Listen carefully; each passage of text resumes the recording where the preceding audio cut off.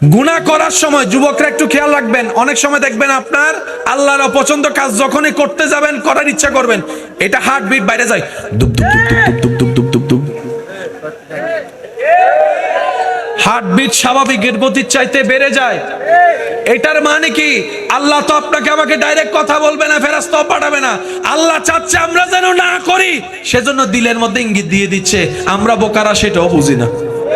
আমরা তখন মনের উল্টা বুঝ দিই, শান্ত হও, শান্ত হও, শান্ত হও, শান্ত হও, শান্ত হও। সত্যি কথা বলতে আমাদের মতো গাধা